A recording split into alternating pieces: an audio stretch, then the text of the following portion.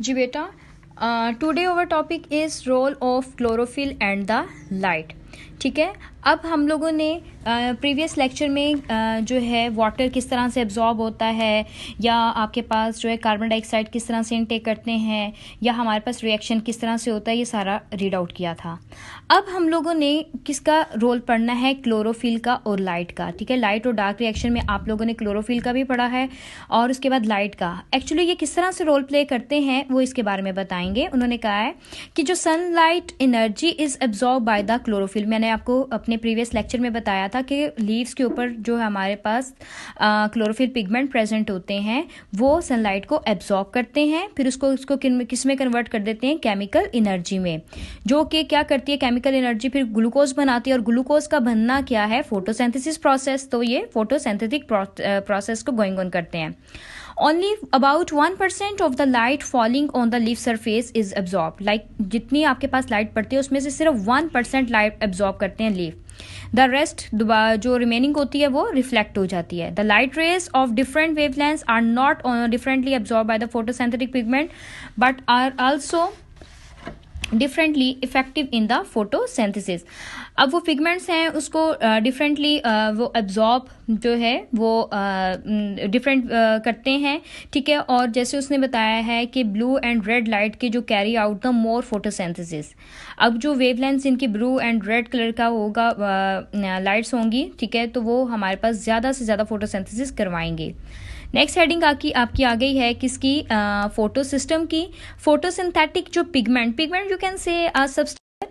अब उसमें pigments you can say बेटा कि वो एक सब्सटेंस की तरह होते हैं. ठीक है. कि उन्होंने कहा है कि वो जस्ट लाइक दिस. ठीक है. कि वो एक क्लस्टर की तरह ऑर्गेनाइज होते हैं जिसको हम लोग क्या कहते हैं, photo system.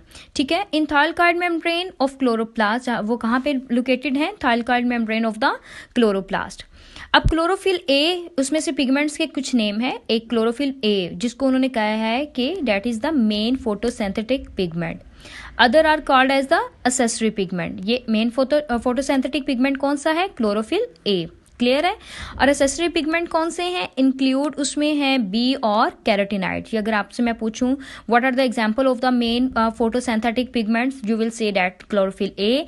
If I will ask about the accessory pigment, आपने कहना है कि chlorophyll B and the carotenoids are also known as the accessory pigments. अब क्लोरोफिल्स बेसिकली हमने कहा है कि वो एब्जॉर्ब कौन से कलर की करते हैं, ब्लू एंड रेड लाइट को. कुछ इसमें से वेवलेंथ जो हैं वो एब्जॉर्ब होती हैं बाय क्लोरोफिल ए, वो very effectively absorb by the accessory pigment and the vice versa.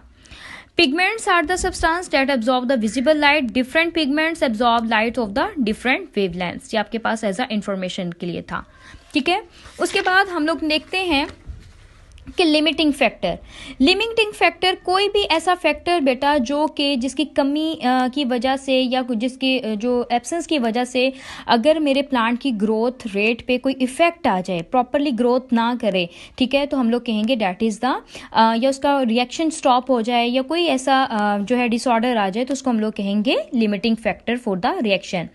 Many factors like light intensity, temperature, concentration of carbon dioxide and availability of the water are the limiting factor of the photosynthesis.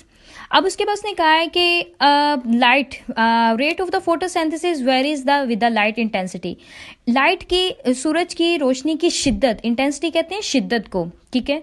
अब definitely जितनी सूरज ज़्यादा हो, उसकी शिद्दत intensity ज़्यादा होगी तो photosynthesis ज़्यादा प्लांट के अंदर वो रेट होता जाएगा, फूड बनती जाएगी. It decrease as the light intensity decrease and increase at the light intensity increase. Definitely increase at the light intensity increase. Definitely धूप ज़्यादा, जैसे आप जून जुलाई के गर्मियों में, समर सीजन में अगर आप लोग देखें बेटा, तो जून जुलाई मंथ में, तो उसमें बेटा आपके पास जो है लाइट की इंटेंसिटी बहुत ज़्यादा होती है एज़ कम्पेयर टू आप लोग नो डेज अगर आप लोग सनलाइट को कंपेयर करें. ठीक है. जितनी ज़्यादा सनलाइट की इंटेंसिटी होगी उतना रेट फोटोसिंथेसिस का होगा, जितनी कम होगी तो उतनी आपके पास फोटोसिंथेसिस का रेट जो है वो कम हो जाएगा.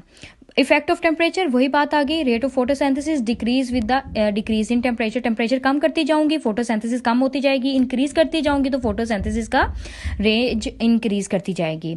But if the light intensity is low, increasing the temperature has little influence on the rate of the photosynthesis. अब लाइट की इंटेंसिटी बेशक लो हो लेकिन टेम्परेचर बहुत ज़्यादा हो, ठीक है, लाइक क्लाउडी वेदर हो लेकिन उस टाइम आपके पास जो है लाइट की इंटेंसिटी कम है लेकिन टेम्परेचर बहुत ज़्यादा है, तो बेटा आपके पास क्या होगा, फिर भी फोटोसिंथेसिस का जो रेट होगा वो इफेक्ट होगा।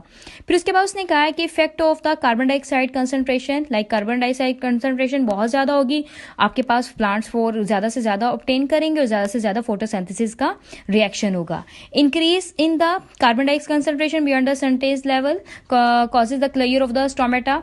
अब लेकिन उनका अगर बहुत ही ज़्यादा हो गई तो बेटा उनको तो इतनी रिक्वायर्ड नहीं होगी, ठीक है, तो वो अपने स्टोमेटा को क्लोज कर लेंगे and it decrease the rate of the photosynthesis. Now it's all about the role of chlorophyll and the light as well as the limiting factor in the photosynthesis. ये बेटा मैंने आपके पास जो डेफिनेशंस की heading बनाई है ये आप लोग अपनी बुक पे बना लें और ठीक है, और इनको पॉइंट्स के अकॉर्डिंगली अगर याद कर लेंगे, नंबरिंग दे लेंगे तो आप लोगों के लिए ज़्यादा ईजी होगा।